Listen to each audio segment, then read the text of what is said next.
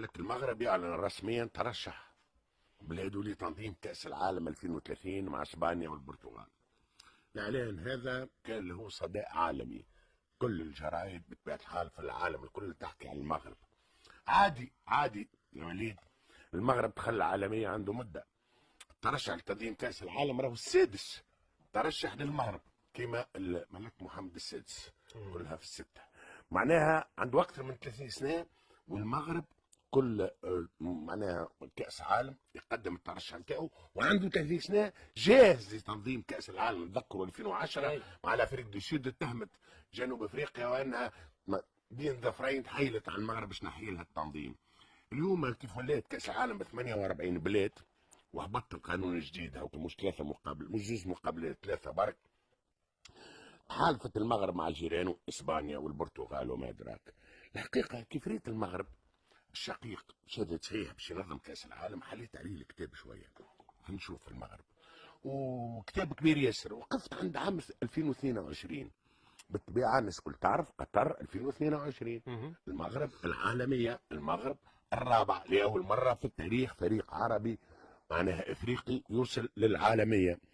جيت نشوف كاس افريقيا للنوادي نقل المغرب هزتهم الكل. المغرب في الرجال بالطبيعه تعرفوا الوداد وفي ونهضه بركان كاس الكاف، والاخرى ربيط الابطال. في النساء الفار هزت كاس افريقيا لاول مره في التاريخ، بلاد تهز كوس افريقيا الملمه واللي فما رجال ونساء بلاد واحده. نحكي عن النساء نتاع المغرب واحنا نحكي على تونس، تونس مرة ونصف الى اخره. المغرب في نساء تسمع يا وليد امان يا وليد وايمن، وصيف بطل العالم للامم. المغرب مترشح لكاس العالم 2023 بتاع النساء. المغرب مترشح لكاس العالم اللي اقل من 17 سنه للنساء. معناها المغرب عنده اجيال واجيال. حسيلوا المغرب لمه واللي فما رجال ونساء. يقولوا عنده رئيس جامعه سي فوزي لقجه يتحرك ياسر، وهو اللي عامل هذا الكل. نقول لهم لا، مش صحيح. هذه دولة تتحرك وقت اللي ترى هذا الكل، هذه دولة تتحرك، دولة راهنت على الرياضة والكرة بالأساس. هذه سياسة الدولة، صح عليهم وصح النوم يا تونس. حسيلوا خلاصة القول، وهذا اللي يهمنا. هما عندهم الدار البيضاء واحنا ما بقى لنا كنهزوا العالم الابيض. تعليقك؟ كلام في الصميم من الاستاذ كالعاده، كلام في الصميم. انا الحقيقه حكي على فوزي لقجه. انا فوزي لقجه نعتبره تعيين سياسي بامتياز، ما كانش تعيين رياضي. معناتها تعيين فوزي لقجه على راس الجامعه المغربيه لكره القدم. ربما فوزي لقجه اليوم معروف ومشهور اكثر حتى من وزير الرياضه المغربي. صحيح، فهمتني؟ لانه اليوم المغرب اتخذت من كره القدم وسيله كما قال الاستاذ باش تمشي لبعيد في عده مجالات. فما استراتيجيه واضحه، استراتيجيه تبنيت اليوم عندها سنوات، ناس عارفه وين تمشي، ناس زاد خلينا نقولوا الاستاذ الاستقرار السياسي عاونهم نوعا ما، عكس تونس اللي صار سياسيا اكيد ياثر في جميع المجالات. الناس حطت برشا فلوس، ناس بنات لي كومبلكس معناتها تشوف بارتو. الاكاديميه تاع محمد السادس اللي خرجت النجوم الكبار اللي عاونوا برشا المغرب باش حققت الاهداف نتاعها، خاصه تواجد في المرتبه الرابعه في كاس العالم الاخيره. اليوم حتى اللاعبين مزدوجي الجنسيه ما عادش يخموا برشا باش يجيوا للمغرب وباش يضيفوا من الناحيه الرياضيه. ايمن خاطر كي يشوفوا الدوله شنو قاعده عامله، يشوفوا قيمه المغرب، يشوفوا الناس شنو قاعده تحكي على المغرب. اليوم صدفتني الومزه الترويجيه نتاع لقاء المغرب والبرازيل الودي. صحيح استاذ، حاجه روعه، حاجه روعه. انا ما نذكرش احنا استغلينا مقابلتنا مع البرازيل باش عملنا حاجه ولا روجنا الحاجه، ولا قعدنا كان في حكايه تسيكر وشكون باش ياخذ تسيكر وشكون باش يمشي وشكون باش يجي وشكون باش يدخل. حاسيلو معناتها ناس كما قال الاستاذ اليوم اعلى هرم السلطه. عملنا فيش مخدومه بينت، اي مايكروسوفت بينت. اعلى هرم السلطه قاعد يصرف على الرياضه، قاعد ينفستي في الرياضه. ناس تعرف وين تمشي، ناس تعرف قيمه الرياضه اليوم ودورها حتى من الناحيه السياسيه، من الناحيه السياحيه، من الناحيه الثقافيه. هنيئا لهم.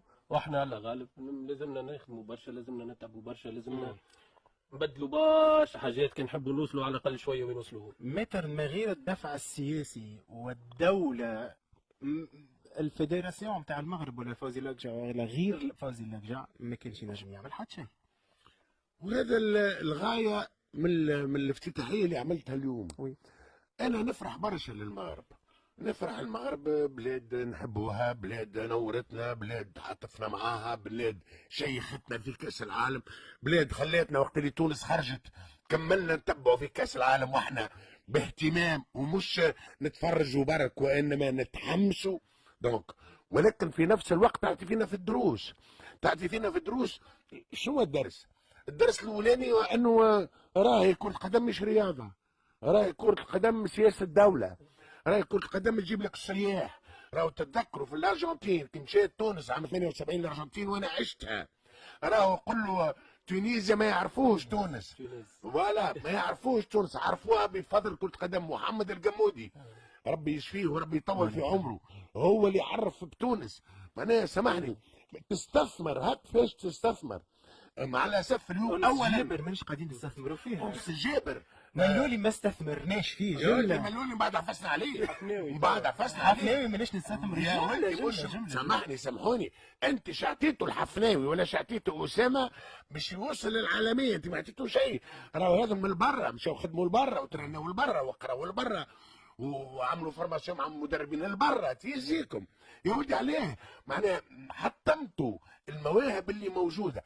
النقطه قلت لك الدرس الاولاني وانا سياسه الدوله زيد. الدرس الثاني وهذا علاش انا جبت في الاخر قلت احنا الرايه البيضاء ماينه صح عليكم يا مغرب ما تونس ماينه عليه. خي شو اسمه رئيس الجامعه فوزي لقجع ولا شكونه ما هو يخدم مع الدوله، يخدم مع وزاره الرياضه، يخدموا مع بعضهم في نفس الاتجاه. احنا اليوم على سف اشراو اليوم الراو وكأن اعداء ضد بعضنا. يا ودي شنو هي الحكايه الكل؟ معناها سامحني علاش ما نحطوش اليد في اليد ومش لغه خشبيه؟ راهو يا ودي شنو هي كوره، راهي كوره تنجم توصلك، معناها تنجم تعطيك اللي انت ما تحلمش بيه. يا ودي انس جابر العالم الكل يحكي عليها لخاطرها تونسيه. يونس شعتيناها احنا في تونس ما عطيناها حتى شيء. ما عطيناش كي وصلت وحدها حتى باش نستثمروا في الايماج نتاعها للترويج لتونس، باش نعطيو رسائل، باش نعطيو قيم، ما عملنا حتى شيء. لا مع الحفني لا مع الملول ما حتى شيء انت تدعو اذا انه يحطوا اليد في اليد معناتها وينساو الخلاف بالطبع يا ودي. هل تعتقد انه هذا ممكن اليوم؟ ممكن يعيشك مش ما بيناتنا حرثه ولا ورثه بعد تحجير السفر وبعد يا كذا ودي. ممكن تحجير السفر ماهوش وزير الرياضه امور اخرى. معناها يا ودي حطوا اليد في اليد بيخدموا مع بعضكم. شنو عندكم حرثه ولا ورثه؟ وسامحني الاثنين راكم ماشيين